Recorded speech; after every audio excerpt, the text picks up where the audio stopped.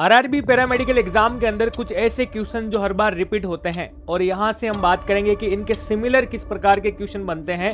तो इस एक छोटे से वीडियो के अंदर हम 25 एमसीक्यू के बेसिस पर लगभग 50 से 60 एमसीक्यू नए करने वाले हैं, जिसे आप देख करके अपने तैयारी का लेवल जो है वो पता कर सकते हैं। हाय एवरीवन, मैं राम सैनी एक बार फिर से आप सभी का सुदर्शन पैरामेडिकल के इस ऑनलाइन प्लेटफॉर्म पर हार्दिक स्वागत करता हूँ। दोस्तों, आरआरबी पैरामेडिकल के एग्जाम जो आपके अभी हाल ही में होने वाले हैं और उसके रिगार्डिंग हम बात करेंगे कुछ ऐसे एमसीक्यू जो हर बार आपके रिपीट होते हैं और आपके पेपर के यानी प्रीवियस ईयर के पेपर के लेवल को जो टच करते हैं। तो हम इनके बेसिस पर बात करेंगे आप लोगों के लिए कि किस प्रकार से आपकी जो है तैयारी चल रही है, ये भी आपको पता लगेगा और इन क्वेश्चनों का पैटर्न जो है आपको पता लग जाएगा कि भाई ऐसे ही क्वेश्चन आपके एग्जाम के अंदर मिलते हैं। तो सबसे पहले मैं बात करूंगा ये आपके आरआरबी पैरामेडिकल एग्जाम के रिगार्डिंग लैब टेक्नीशियन की जो है स्पेशल क्लास रहने वाली है और जिसके अंदर हम कुछ मिक्स एमसीक्यू की बात करेंगे और यहां से आपके काफी सारे डाउट्स भी क्लियर होने वाले हैं। ये कंप्लीट एमसीक्यू का सॉल्यूशन आपके जो है करवाने के बाद इसकी पीडीएफ आपको टेलीग्राम चैनल पर मिल जाएगी जो सुदर्शन पैरामेडिकल के नाम से है और इसका लिंक आपको जो है वीडियो के डिस्क्रिप्शन में भी दे रखा है। तो सबसे पहले क्वेश्चन की ओर चलते हैं अपन।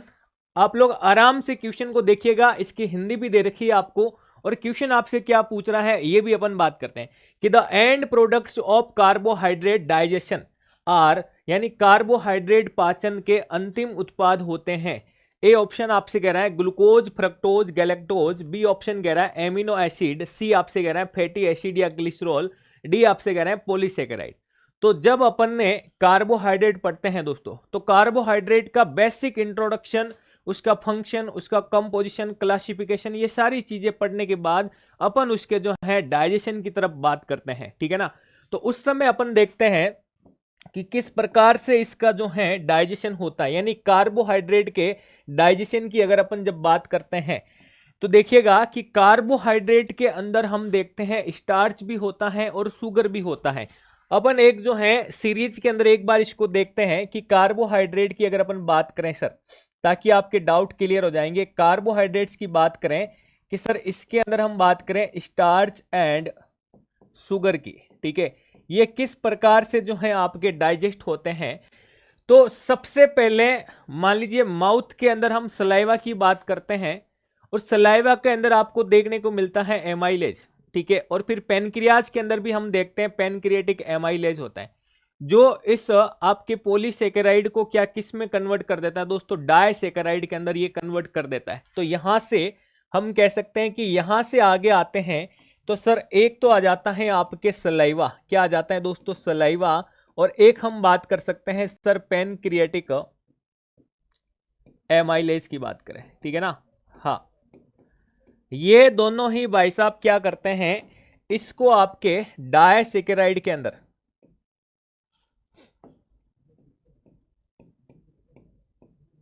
कन्वर्ट करने का काम करते हैं, ठीक है भाई, डाइसेकेराइड, ठीक है। और जब डाइसेकेराइड में कन्वर्ट होता है तो हम अगर प्रोडक्ट की बात करें दोस्तों, यहां पे क्या क्या प्रोडक्ट आ जाते हैं, यानी ये सब किस में कन्वर्ट हो जाते हैं, तो माल्टोज आ जाता है, सुक्रोज आ जाता है और लैक्टोज आ जाता है जो आपके डाइसेकेराइड है, ठीक है ना। तो हम बात करते हैं सर माल्टोज की, सुक्रोज की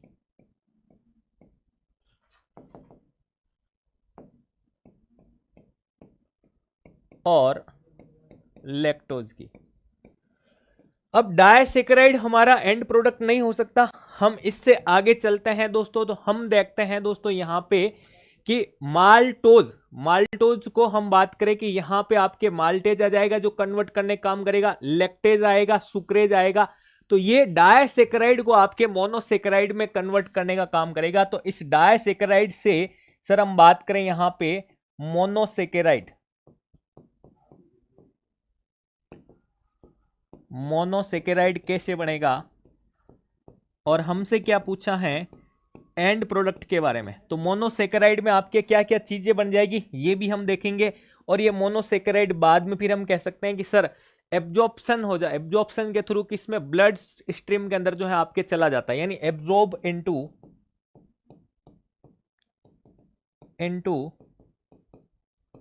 ब्लड स्ट्रीम, ठीक है। ये पूरी चीजें आपको मैंने बता दी। अब मोनोसेकेराइड के रूप में जो बनेगा वही हमारा क्या है, एंड प्रोडक्ट है। तो यहाँ पे हमारे पास में ग्लूकोज आ जाएगा, फ्रक्टोज आ जाएगा और गैलेक्टोज आ जाएगा, ठीक है ना। तो ये आ गया आपके ग्लूकोज, फ्रक्टोज और गैलेक्टोज, ठीक है भाई। तो ये आपके पॉलीसेकेराइड स्टार्च आ गया, ठीक है। यहां से आपका एंड प्रोडक्ट आपके मोनोसेकेराइड के रूप में। तो डाइजेशन के अंदर क्या होता है, बड़े बड़े पार्टिकल्स को छोटे छोटे पार्टिकल्स में तोड़ा जाता है, मैक्रो को माइक्रो में बनाया जाता है। तो मोनोसेकेराइड के फॉर्म में यहाँ पे एंड प्रोडक्ट के रूप में कार्बोहाइड्रेट के हमारे पास ग्लूकोज, फ्रक्टोज और गैलेक्टोज आ जाते हैं। ये ग्लूकोज, फ्रक्टोज और गैलेक्टोज की कहानी यहाँ पे आ जाती है, ठीक है। तो यहाँ पे हमारा ए ऑप्शन जो है भाई राइट हो जाएगा, ग्लूकोज, फ्रक्टोज और गैलेक्टोज, जिसमें मैंने आपको तीनों ही चीजें जो यहाँ पे बता दी, ठीक है। फिर देखो ये ऑप्शन आपके वैसे ही गलत हो जाएंगे। कार्बोहाइड्रेट की बात करें तो एमिनो एसिड का रोल ही नहीं आएगा, फैटी एसिड, ग्लिसरॉल, पॉलीसेकेराइड, ये सारी चीजें आपके कैंसिल हो जाएगी। अगले क्वेश्चन की तरफ चलते हैं कि which of the following is not and essential amino acid. भाई सबसे पहले तो क्वेश्चन आपको जो गुमराह कर रहा है ना कि नहीं है, इसमें से नहीं है। मैं हर बार आपको कहता हूं कि क्वेश्चन को आप देखो, इसमें से नहीं है, किंतु, परंतु, ठीक है ना, बिकॉज, बट, लेकिन, ये सारी चीजें आपको सस्पेंशन में डालने का काम करती है। तो उनके ऊपर आप विशेष ध्यान दिया करो। सत्य असत्य वाले कितने कथन है, इसमें से कितने राइट है, कितने गलत है, ऐसे क्वेश्चनों को आपको पहले आपको देख करके पता लगा कि साइड में कर दो कि पूछा क्या है कि इसेंशियल नहीं है, ठीक है ना, इसेंशियल नहीं है। तो इसका मतलब हमें इसेंशियल का नाम आना चाहिए, ठीक है ना। तो हम जब एमिनो एसिड पढ़ते हैं तो इसेंशियल और नॉन इसेंशियल की बात करते हैं दोस्तों। और यहाँ पे अगर आपको इसेंशियल एमिनो एसिड के बारे में अगर पता है तो इसमें से आप बता दोगे कि भाई ये वाला जो है आपके नॉन इसेंशियल है, यानी इसेंशियल नहीं है। तो इसेंशियल एमिनो एसिड में हम बात करते हैं तो आप लोगों को पता होगा, हम बात करते हैं हिल एमपी और टीटीवी की बात करते हैं, ठीक है ना, हिल की बात करते हैं। इसेंशियल के अंदर हिल की बात करते हैं, जिसमें क्या क्या जाता है, हिस्टिडीन आ जाता है आपके, आइसोल्यूसिन आ जाता है आपके दोस्तों, ल्यूसिन आ जाता है, लाइसिन भी आ जाता है आपके दोस्तों, ठीक है ना। एमपी की बात करें मिथियोनिन आ जाता है, ठीक है ना। हाँ, फिर हम बात करें पी से फिनाइल एलेनिन आ जाता है, ठीक है ना। और टीटीवी तो थियोरोनिन और ट्रिप्टोफैन आ जाता है, और वी से आपका जो है वेलिन आ जाता है। तो इसके अंदर देखो क्या क्या नाम आया था, अभी मैंने आपकी बोला ल्यूसिन आया था, लाइसिन आया था, और वेलिन जो सबसे लास्ट में आया था। ग्लूटामिन नाम नहीं आया था, इसका मतलब ये आपके नहीं है दोस्तों। तो ये आपका सी ऑप्शन यहाँ पे राइट हो जाएगा। तो इस प्रकार से आपको ये चीजें याद रखनी है। अगला क्वेश्चन आता है दोस्तों, which of the flowing best describe the composition of blood, ठीक है ना। तो ब्लड के अंदर जब हम पढ़ते हैं तो इंट्रो पढ़ते हैं, फंक्शन पढ़ते हैं, और उसके बाद आपके कंपोजिशन का पार्ट आता है। तो जब अपन इसके कंपोजिशन का पार्ट पढ़ते हैं दोस्तों, कंपोजिशन ऑफ ब्लड, ठीक है, कंपोजिशन ऑफ ब्लड पढ़ते हैं, तो वहां पे हम देखते हैं सर कि यहाँ पे एक तरफ तो हम बात करते हैं किसके बारे में दोस्तों, प्लाज्मा के बारे में। किसके बारे में, प्लाज्मा प्रोटीन की बात करते हैं। दूसरी तरफ सर हम कहते हैं फॉर्म्ड एलिमेंट्स के बारे में। किसके बारे में दोस्तों, फॉर्म्ड एलिमेंट्स के बारे में, फॉर्म्ड एलिमेंट्स, ठीक है। अब हम बात करें यहाँ पे कि सर हम कहते हैं कि जो ब्लड के अंदर प्लाज्मा, जो 100% ब्लड के अंदर जो प्लाज्मा होती है वो होती है आपके 55%। कितनी, 55। तो पीछे आपका फॉर्म्ड एलिमेंट कितना हो गया, 45। फॉर्म्ड एलिमेंट में आपके फिर वही ब्लड सेल्स आ गई, आरबीसी आ गई, डब्ल्यूबीसी आ गई, आपके जो है प्लेटलेट्स आ गई, ठीक है। और प्लाज्मा के अंदर हम कह सकते हैं कि सर 55% प्लाज्मा के अंदर भी 92% तो आपका क्या आ जाता है, वाटर। और फिर आपके जो है प्रोटीन आ जाता है, जो आपका लगभग 7 से 8% होता है, ठीक है। और बाकी आपका अदर सब्सटेंस जो है वो 1% आ जाता है, ठीक है। तो आपके देखो क्वेश्चन क्या कह रहा है कि प्लाज्मा और फॉर्म्ड एलिमेंट का रेशियो पूछा है आपसे, ठीक है ना। तो प्लाज्मा और फॉर्म्ड एलिमेंट्स की बात करें तो 45% हम सेल की बात कर रहे हैं। तो 45% सेल हमारे यहाँ पे दे रखी है, बाकी सारे के अंदर जो है गलत दे रखा है। 55% हमारी प्लाज्मा आ जाएगी। तो ए ऑप्शन आपका यहाँ पे राइट हो जाएगा, ठीक है ना। तो ये कंपोजिशन ऑफ ब्लड का हमने चार्ट पढ़ा था ना, उसी चार्ट से ये क्वेश्चन है। तो चार्ट के अंदर से भी किस प्रकार के क्वेश्चन बनते हैं ये भी हमने यहाँ पे बात की है। नेक्स्ट क्वेश्चन आता है आपके कि what is the purpose of methanol in Leishman staining. Haematology का क्वेश्चन है कि लेइसमान स्टेनिंग के अंदर जो मिथेनॉल का यूज किया जाता है उसका उद्देश्य क्या है, ठीक है ना। तो यहाँ पे देखो प्यारे दोस्तों, अगर मैं बात करूं कि सर लेइसमान स्टेनिंग के अंदर ये है या नहीं है, उसका पता कैसे लगाओगे। तो लेइसमान स्टेनिंग के अंदर आप लोगों को पता, हम देखते हैं कि जो इसका सॉल्यूशन या स्टेनिंग होती है ये, इसके अंदर क्या क्या होता है। इसके अंदर आपके मेथाइलिन ब्लू होता है, एक तो क्या होता है दोस्तों, मिथाइलिन ब्लू आ जाता है, ठीक है। इसके साथ हम बात करें मिथाइलिन ब्लू प्लस क्या आ जाता है, हम कह सकते हैं कि सर मिथेनॉल है, ठीक है ना। हाँ, जिसको हम कह सकते हैं कि इयोसिन डिसॉल्व इन मिथोलिन, मिथेनॉल, ठीक है ना। तो मिथेनॉल की हम यहाँ पे बात कर लेते हैं, ठीक है। अब यहाँ पे आपसे पूछा है कि इस मिथेनॉल का पर्पज क्या है, इसका आपसे पर्पज पूछा है दोस्तों, ठीक है। तो हम बात करेंगे यहाँ पे, हम ब्लड स्मीयर को फिक्स करने के लिए इसका यूज किया जाता है। तो सीधा साधा आपका यहाँ पे आंसर हो जाएगा। अब आपने इस प्रोसीजर को जब फॉलो किया और आपको रिजल्ट मिलता है दोस्तों, तो उस समय कलर कोडिंग भी आपको ध्यान रखनी है कि आरबीसी का कलर कैसा दिखाई देता है, डब्ल्यूबीसी न्यूक्लियाई कैसी दिखेगी, साइटोप्लाज्म कैसा दिखेगा, प्लेटलेट्स कैसी दिखेगी। तो ये आप लोग कमेंट करके बताओ कि लेइसमान स्टेनिंग के द्वारा जब तुम स्टेनिंग करते हो तो उस समय इन सब का आरबीसी, डब्ल्यूबीसी, साइटोप्लाज्म, प्लेटलेट्स ये किस किस कलर में आपको जो है इंडिकेट होते हैं भाई, ठीक है। तो ये आप लोग बताएंगे। अगला आता है दोस्तों, which needle is typically used for bone marrow aspiration. Question आपसे पूछा है कि बोन मेरो एस्पायरेशन, सीपी के अंदर हम देखते हैं बोन मेरो एस्पायरेशन जो तुम करते हो उसके लिए किस प्रकार की नीडल का यूज किया जाता है, ठीक है ना। जाम सीडी नीडल, सलाह नीडल, कोप नीडल या क्विंकल नीडल, ठीक है। तो यहां पे देखो टिपिकली यूज्ड फॉर, तो हम ए ऑप्शन को राइट करेंगे, जाम सीडी नीडल जो है यहां पे यूज करते हैं। और अगर आपको बोन मेरो के रिगार्डिंग पूछा जाए कि ये बोन मेरो एस्पायरेशन क्यों करवाया जाता है, ठीक है ना, मोस्ट कॉमन इंडिकेशन की भी बात करें यहां पे, तो माइलो स्क्लेरोसिस की कंडीशन के अंदर करवाया जाता है, माइलो स्क्लेरोसिस की कंडीशन के अंदर करवा जाते हैं। इसके अलावा हम बात कर सकते हैं, इसका एक और इंडिकेशन आप कह सकते हो एप्लास्टिक एनीमिया के दौरान भी इसको करवाया जाता है, ठीक है। तो ये भी आपको ध्यान रखना है, ठीक है भाई। और बोन मेरो की बात करें अगर अपन जनरली, तो बोन मेरो आपके कितने प्रकार का होता है, रेड और येलो बोन मेरो के बारे में अपन देखते हैं भाई, ठीक है। तो ये चीजें आपको यहाँ पे जो है याद रखनी है भाई, ठीक है। ए ऑप्शन आपका यहाँ पे राइट हो जाएगा। नेक्स्ट क्वेश्चन आता है कि which cells are responsible for breaking down bone tissue, कि कौन सी कोशिकाएं हड्डी के ऊतकों को तोड़ने के लिए जिम्मेदार होती हैं। तो यहां पे आपको देखो एक तरफ जो है ना सेल के बारे में दे रखा है और यहां पे आपको पूछा है कि ब्रेकिंग डाउन सेल्स के बारे में, ठीक है ना। तो देखो एक ऑप्शन में दिया है आपको ओस्टियोब्लास्ट, ठीक है ना, एक में दिया है ओस्टियोक्लास्ट, एक दिया आपको कॉन्ड्रोसाइट और एक दिया आपको ओस्टियोसाइट। तो यहां पे आपको पूछा गया क्या गया है कि विच सेल, तो यहां पे आपसे बोन सेल के बारे में पूछा है, किसके बारे में, बोन सेल्स के बारे में। तो बोन सेल आपकी यहां पे देखो एक है, दो है, डी 3 नंबर पे ना, तो ये सी कॉन्ड्रोसाइट तो आपका यही पहले ही गलत हो जाएगा क्योंकि ये कार्टिलेज के रिगार्डिंग सेल की बात करा, ठीक है। अब तीनों ऑप्शन में से आपको देखना है। तो मैंने आपको कंपोजिशन ऑफ बोन पढ़ाया था, आपको याद होगा, कंपोजिशन ऑफ बोन की हमने बात की थी, तब वहां पे हमने देखा था कि एक तरफ हम बात करते हैं कि सर इसके अंदर बोन की सेल्स होती हैं और एक तरफ हम देखते हैं इसमें एक्स्ट्रा सेलुलर मैट्रिक्स होता है, एक्स्ट्रा सेलुलर मैट्रिक्स होता है, ठीक है।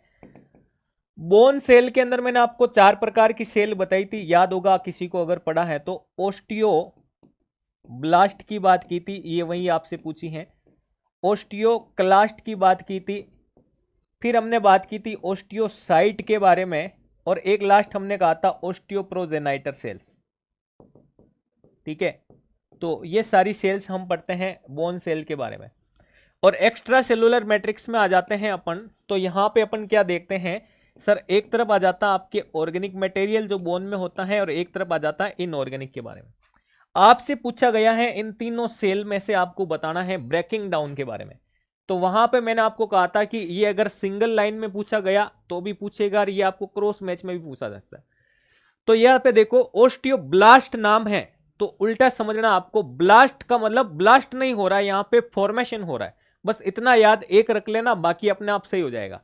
तो इट मीन्स हम कह सकते हैं यहां पे कि ओस्टियोब्लास्ट को तो हम क्या कह सकते हैं, ये आपके जो हैं बोन फॉर्मिंग सेल्स हैं, बोन फॉर्मिंग सेल्स हैं भाई, ठीक है। अगला हम बात करें क्लास्ट, ठीक है ना। तो इससे आपको समझना है ये आपके जो है ब्रेकिंग डाउन करने वाले, जिसे हम कहते हैं बोन डेस्ट्रॉइंग सेल, बोन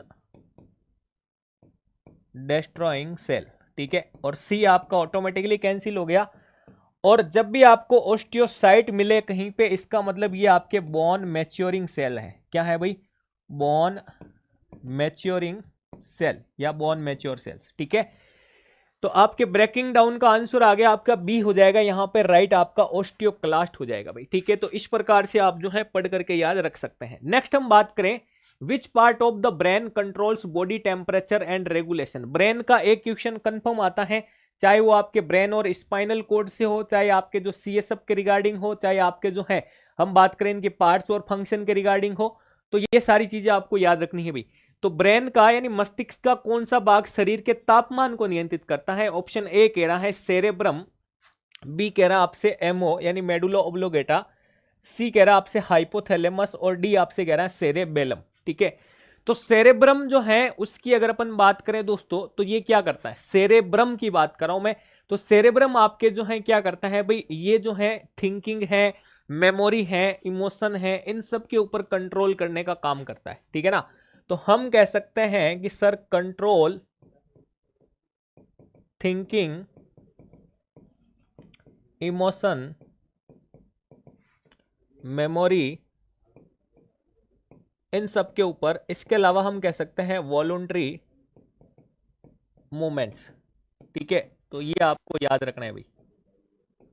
नेक्स्ट है एमओ, मेडुला ओब्लोगेटा की बात करें तो ये आपके जो है ब्रीथिंग कंट्रोल का काम करता है, एचआर को रेगुलेट करने का काम करता है, ठीक है। तो ब्रीथिंग कंट्रोल,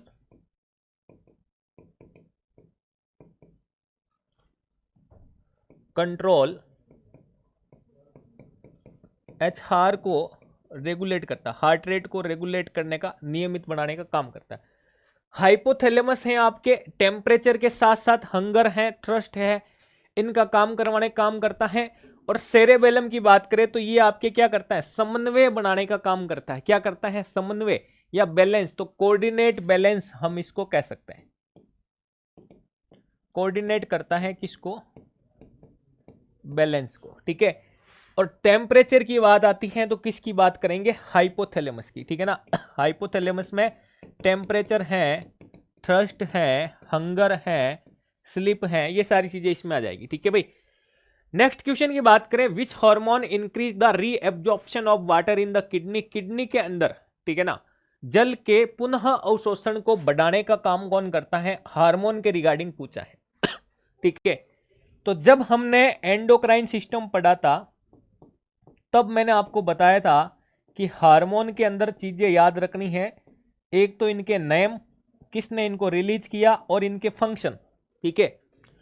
तो वाटर के रीअब्जॉर्प्शन से संबंधित एल्डोस्टेरोन, एड्रेनलिन या एंटी डायूरेटिक हार्मोन या इंसुलिन। तो भाई एडीएच हार्मोन की हम बात करते हैं, आपका राइट आंसर हो जाता है, ठीक है ना। एडीएच हार्मोन जो है आपके रिलीज किया जाता है पिट्यूटरी ग्रंथि, उसमें भी हम बात कर सकते हैं पोस्टीरियर पिट्यूटरी ग्लैंड्स के द्वारा। किसके द्वारा? हम कह सकते हैं इसको पोस्टीरियर पिट्यूटरी ग्लैंड्स के द्वारा जो है इसको रिलीज किया जाता है, ठीक है ना। हाँ, जो क्या करता है? रेगुलेट करता है वाटर के बैलेंस को। किसके द्वारा करता है? तो ये यूरिन के आउटपुट को रिड्यूस करके करता है। किसके, कैसे करता है ये यूरिन के आउटपुट को, यूरिन आउटपुट को रिड्यूस करके करता है, रिड्यूस करके करता है भाई, ठीक है। ये भी आप थोड़ा सा याद रख सकते हैं। तो सी ऑप्शन आपका यहां पे राइट हो जाएगा। नेक्स्ट क्वेश्चन आता है आपके स्क्रीन पर, which part of the neuron receive impulse. क्या बात, इंपल्स एक तो आपके बनाना, एक आपके जो है रिसीव करना, ट्रांसमिट करना, ये सब अलग अलग होते हैं। तो यहाँ पे देखो इनके पार्ट्स आपको दे रखे हैं, एक तरफ आपको एक्सॉन, माइलिन शीथ, डेंड्राइट्स और नोड्स ऑफ रेनवियर। तो एक्सॉन तो क्या करता है दोस्तों? एक्सॉन तो इस इलेक्ट्रिकल इंपल्स को ट्रांसमिट करने का काम करता है। क्या करता है? ये इलेक्ट्रिकल इंपल्स को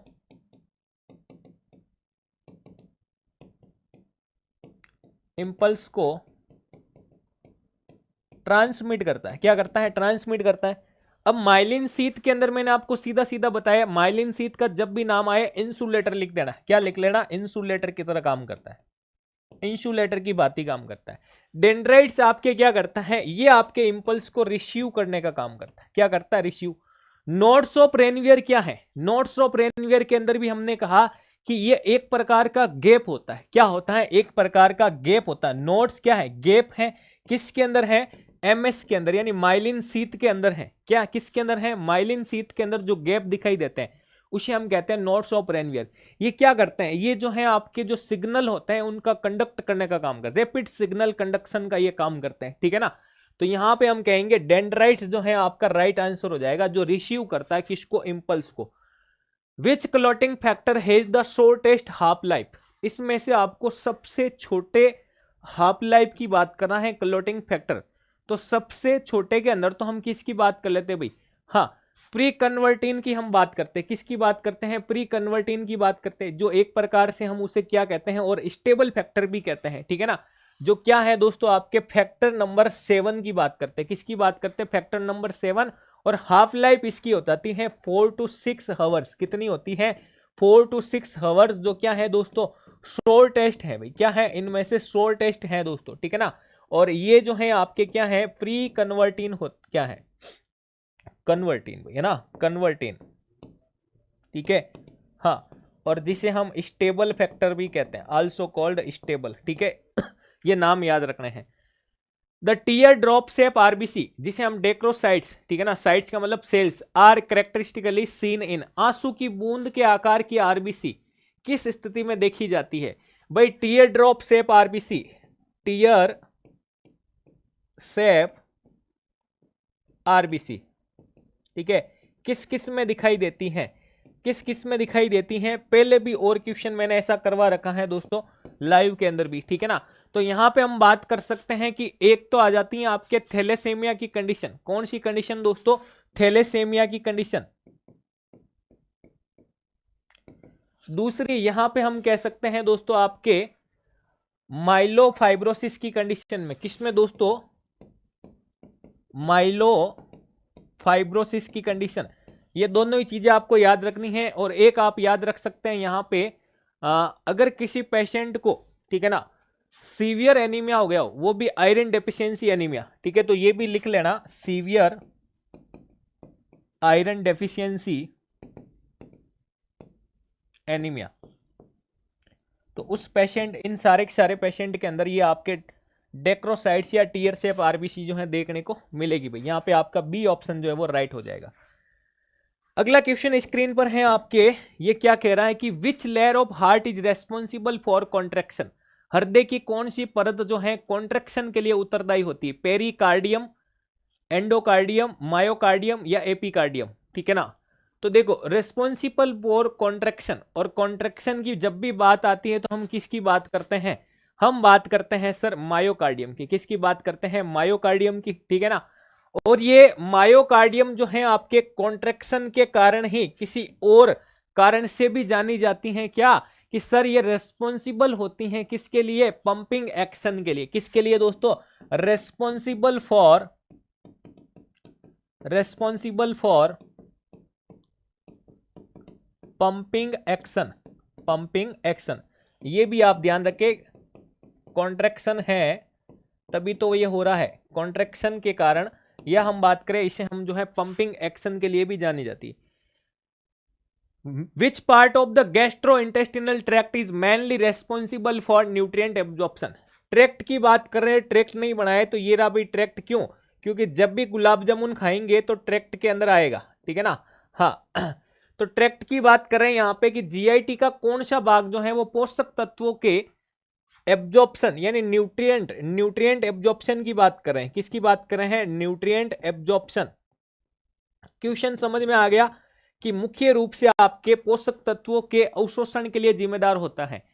तो स्टोमक आएगा क्या? स्टोमक तो नहीं आएगा, आएगा हमारे पास में स्मॉल इंटेस्टाइन, लेकिन स्मॉल इंटेस्टाइन के अंदर भी हम कह सकते हैं इसका जो थर्ड पार्ट है, ठीक है ना, third part of small intestine, third part of small intestine, ठीक है, ये आपके जो है न्यूट्रिएंट्स के एब्जॉर्प्शन के लिए, और इसके साथ हम कह सकते हैं कि ये जो है विटामिन B12 पूछे तो भी आप बता सकते हो। विटामिन B12 है, बाइल साल्ट का एब्जॉर्प्शन है, ये दोनों चीजें इंपॉर्टेंट है भाई, ये इंपॉर्टेंट लगा लेना, वेरी वेरी वेरी इंपॉर्टेंट। ये आपसे कभी कभार पूछा जा सकता है पार्ट्स के अकॉर्डिंग, ठीक है ना, तो ये भी आप जो है ध्यान रखें। नेक्स्ट क्वेश्चन आता है कि which enzyme is present in saliva and begins carbohydrate digestion. लो भाई, अभी हम पीछे ही बात करके आए थे और यहां पे सिर्फ और सिर्फ आपको एंजाइम के बारे में पूछा है। तो आपके पेप्सिन तो होगा नहीं, क्योंकि गैस्ट्रिक की बात नहीं कर रहे हैं, लाइपेज भी नहीं आएगा। एमाइलेज की हम वहां पे बात करके आए थे, तो ये आपका सीधा ही हो जाएगा, जो हमने सलाइवा और पैनक्रिएटिक जूस के अंदर भी इसको देखा जाता है भाई, ठीक है। What is the most effective method to prevent the transmission of tuberculosis? ठीक है ना, क्वेश्चन क्या कह रहा है कि ट्यूबरकुलोसिस के ट्रांसमिशन को रोकना है, प्रिवेंट करना है, तो सबसे प्रभावी तरीका क्या है? प्रोलॉन्ग एंटीबायोटिक थेरेपी, कि आप लंबी समय तक उससे एंटीबायोटिक का उपचार कीजिए, या वैक्सीनेशन विथ BCG, यानी कि आप BCG का टीका लगाओ, वियरिंग ए मास्क, यानी मास्क पहनना, आइसोलेटिंग इन्फेक्टेड इंडिविजुअल, यानी संक्रमित व्यक्तियों को अलग करना।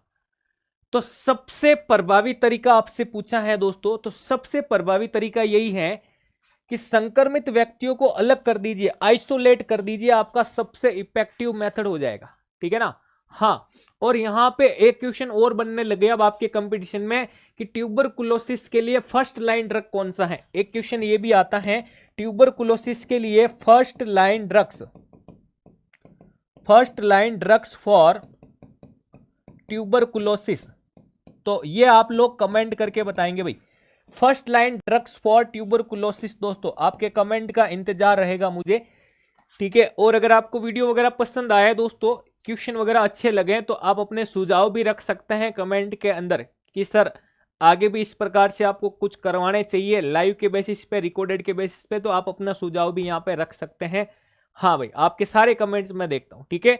और ये क्वेश्चन आपको अच्छे लगे अगर, और पहली बार देख रहे हैं, तो आप जरूर चैनल को क्या करें, सब्सक्राइब जरूर करें दोस्तों, ठीक है। अगला क्वेश्चन आता है कि which of the flowing blood vessels carry oxygenated blood. Oxygenated blood जो है ले जाने का काम कौन करती हैं, तो उसके लिए तो सर आपके साथ घूमने जाना पड़ेगा हार्ट के अंदर। तो जब मैं आपको हार्ट के अंदर घूमने ले जाऊं, तो आप चलने के लिए तैयार हो गया भाई? फटाफट से कमेंट करके बताना कि सर हाँ हम चलने के लिए तैयार हैं। आप किस प्रकार से चलना पसंद करोगे, नई वाली स्कॉर्पियो में, थार के अंदर, हेलीकॉप्टर के द्वारा, एरोप्लेन के द्वारा, ठीक है। तो फटाफट से आप बताएंगे। तो जब भी हम यहाँ पे जाते हैं, तो पहला ऑप्शन आपसे कह रहा है पल्मोनरी आर्टरी, तो ये यहां से निकलती है पल्मोनरी आर्टरी। तो जब ये यहां से निकलती हैं, तो ये तो खुद, ठीक है ना, पल्मोनरी, ये तो खुद जो है आपके क्या लेके जाती हैं, DeO2 लेके जाती है, एकमात्र है ये, ठीक है ना। और यही तो DeO2 ले जाकर के यहाँ पे लंग्स के अंदर जाकर के ये क्या करती है, ये तो खुद यहाँ पे एक्सचेंज करवाने का काम करती है। तो ये तो आपके जो है ऑक्सीजनेटेड की बात नहीं आएगी। फिर आता है पल्मोनरी वेन जो है, तो पल्मोनरी वेन तो वापस लेकर आती है हार्ट के अंदर। यहां हम बात कर रहे हैं कि लेके कौन जाती, हार्ट से आपके जो है लेकर कौन जाती है, तो ये भी नहीं आएगा, ठीक है। वेना को भी नहीं आएगा। लेकिन एओर्टा आपके यहां से निकलती है तो हार्ट से लेकर जाती है। एओर्टा जो महाधमनी की हम बात कर रहे हैं, ठीक है ना, ये बॉडी के पास में लेके जाती है, सिस्टेमिक सर्कुलेशन करती है ना, ये सिस्टेमिक सर्कुलेशन करवाती है आपके, क्या करवाती है, सिस्टेमिक सर्कुलेशन। तो हम इसको कहेंगे कि भाई कौन सी रक्तवाहिका जो है ऑक्सीजनेटेड ब्लड ले जाती है, तो लेकर जाने का काम तो आपके एओर्टा ही करती है, महाधमनी आपके आ जाएगा, ठीक है। नेक्स्ट आता है कि what is the main function of alveoli in the lungs. वाह भाई, ठीक है ना, कि जब तुम लंग्स के अंदर जाओ, हार्ट से जब बाहर निकल जाओ, और जब तुम लंग्स के अंदर जाओ ना, तो तुम वहां पे जाके देखना कि ये जो इसके टर्मिनल पार्ट पे हम जो देखते हैं ना एल्वियोलाई के बारे में, जिसे हम वायु कूपिकाएं कहते हैं, तो ये काम क्या करती हैं, ठीक है ना, ये काम क्या करती हैं, तो ये सिक्रेशन ऑफ म्यूकस नहीं, गैसों का आदान प्रदान, बिल्कुल वहां से जो पल्मोनरी आर्टरी आ रही है यहां पे आकर के गैसों का आदान प्रदान कर लेती हैं। तो ये आपके जो है बी ऑप्शन यहां पे राइट हो जाएगा। Which of the flowing structure is responsible for the production of cerebrospinal fluid. वाह भाई, बहुत शानदार क्वेश्चन पूछा है CS सब के बारे में। किसके बारे में, CS सब के बारे में, कि निम्नलिखित संरचनाओं में से कौन सा सेरेब्रोस्पाइनल फ्लूइड का उत्पादन यानी प्रोडक्शन करने का काम करता है, choroid plexus, hypothalamus, medulla oblongata या पीनियल ग्लैंड। तो भाई यहां पे अगर अपन बात करें सर कि जब हम ब्रेन के अंदर जाते हैं, ठीक है ना, जैसे हम हार्ट के अंदर गए थे, तो जब हम ब्रेन के अंदर जाते हैं वहां पे हम वेंट्रिकल्स में जाते हैं, तो वहां पे हम देखते हैं किसको दोस्तों, कोरोइड प्लेक्सस को। किसको देखते हैं, कोरोइड प्लेक्सस, ठीक है ना। तो कोरोइड प्लेक्सस जो है वहां से आपका जो है इसके द्वारा जो है आपके उत्पादन किया जाता है, ठीक है ना। तो choroid plexus in the ventricles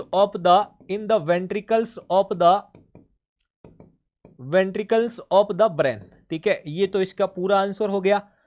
अब आपको बताना पड़ेगा दोस्तों कि सीएसएफ जो है दोस्तों ये क्या काम करता है, ये क्वेश्चन आता है तो ये ब्रेन के लिए कुशन की तरह काम करता है, कुशनिंग का काम करता है, ठीक है ना। न्यूट्रिएंट्स प्रोवाइड करवाने का काम करता है, वेस्ट को रिमूव करने का काम करता है, और इसका वॉल्यूम जो होता है वो एडल्ट के अंदर होता है 150 ml, ठीक है ना। अगर वॉल्यूम की बात करें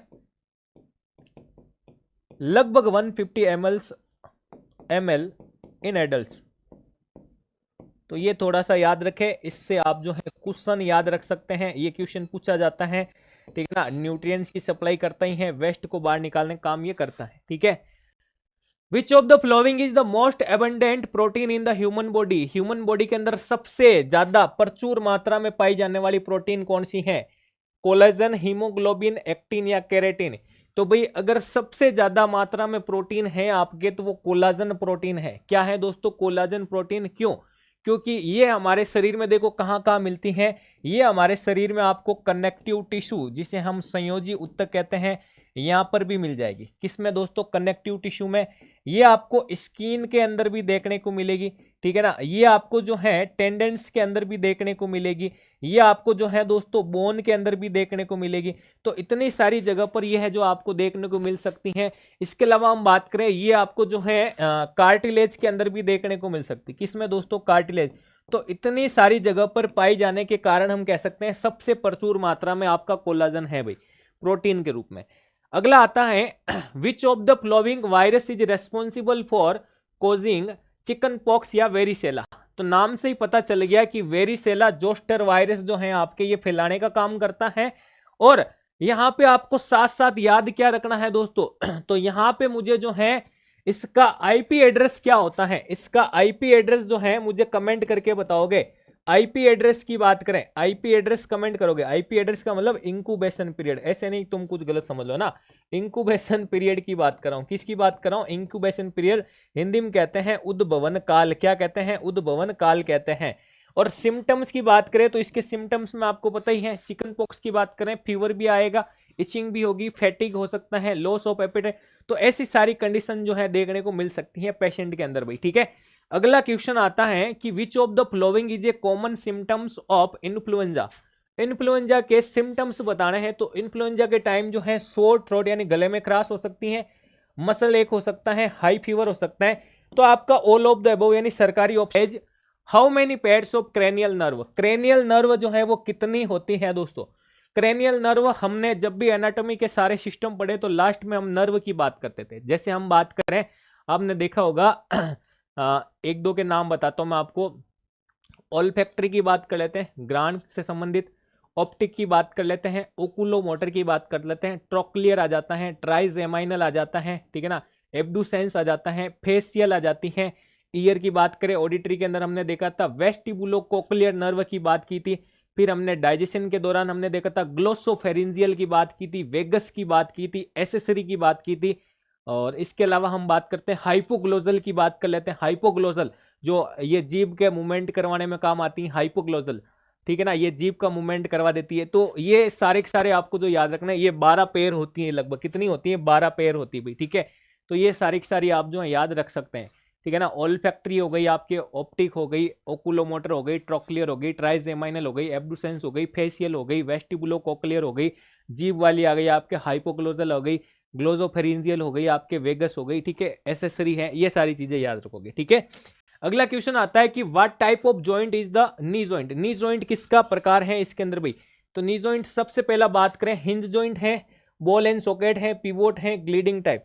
तो देखो यहाँ पे अगर मैं पूछूं आपसे ग्लीडिंग का जो है एग्जाम्पल क्या होगा, तो आपने देखा होगा स्टर्नम और क्लेविकुलर के बीच में है, इंटरकार्पल के बीच में है, इंटरट्रासल के बीच में। तो ये भी आप लिख लीजिए। एक तो आप लिख लीजिए इंटर, एक एक लिख लीजिए सबका, कार्पल जॉइंट, इंटर कार्पल और टार्सल भी आ जाएगा। पिवोट की अगर अपन बात करें, पिवोट जॉइंट की बात करें तो ये आ जाएगा आपके किस में, रेडियस और अल्ना के बीच में, तो radio ulnar joint, radio ulnar joint. तो एक आप ये भी याद रखें, बॉल और सॉकेट में आपका हिप जॉइंट आ जाएगा, ठीक है ना, कप लाइक स्ट्रक्चर वगैरह, बॉल और सॉकेट। हिंज में आपका नी जॉइंट आ जाएगा, ठीक है। तो ये इस प्रकार से आप याद रख सकते हैं। तो ये आपका हिंज जॉइंट आ जाएगा भाई, ठीक है। अगला हम बात करें, which of the following is the primary function of haemoglobin in red blood cells. Red blood cells में हीमोग्लोबिन का काम क्या होता है? हीमोग्लोबिन क्या काम करता है? ऑक्सीजन का परिवहन करता है, संक्रमण से लड़ता है, ब्लड क्लॉट्स या रक्त के थक्के बनाना और शरीर के टेम्परेचर का नियमन करना। तो ये भी नहीं आएगा क्योंकि हम हाइपो की बात करके आए थे। क्लॉट्स में भी हम बात नहीं करते क्योंकि हम प्लेटलेट्स की बात करते हैं। फाइटिंग के अगेंस्ट WBC आ जाती है। आपके ट्रांसपोर्ट का ये काम करता है। किसका काम करता है दोस्तों? ये आपके जो है ऑक्सीजन के सप्लाई करने का काम करता है भाई, ठीक है। अगला क्वेश्चन आता है दोस्तों यहां पे कि which of the flowing bones is part of the axial skeleton. Axial skeleton आपको पता होगा, एक आता है एक्सियल और एक आता है आपके अपेंडिकुलर। क्या आता है? अपेंडिकुलर, जिसमें हम देखते हैं अपेंडिकुलर में आपके 126 हड्डियां और इधर हम देखते हैं 80 हड्डियां। दोनों को मिलाओगे आप तो 206 हड्डियां, 206 बोन्स आ जाती हैं दोस्तों, ठीक है। तो यहां पे देखो, फीमर, स्केपुला, रिप्स या फिर पेल्विस। तो हमसे क्या पूछा है? एक्सियल के रिगार्डिंग पूछा है। तो एक्सियल में तो हम सर कह सकते हैं रिप्स आ जाएगी। क्या आ जाएगी? रिप्स आ जाएगी, क्योंकि फीमर तो आपके जो है लोअर लिम्ब का पार्ट है। किसका पार्ट है? लोअर लिम्ब का। पेल्विक आपके पेल्विक गर्डल में आ जाएगा, ठीक है ना। और इस प्रकार से हम कह सकते हैं भाई, ठीक है। तो ये आपके सारे क्वेश्चन थे दोस्तों जिसके बारे में हमने चर्चा की है, ठीक है भाई।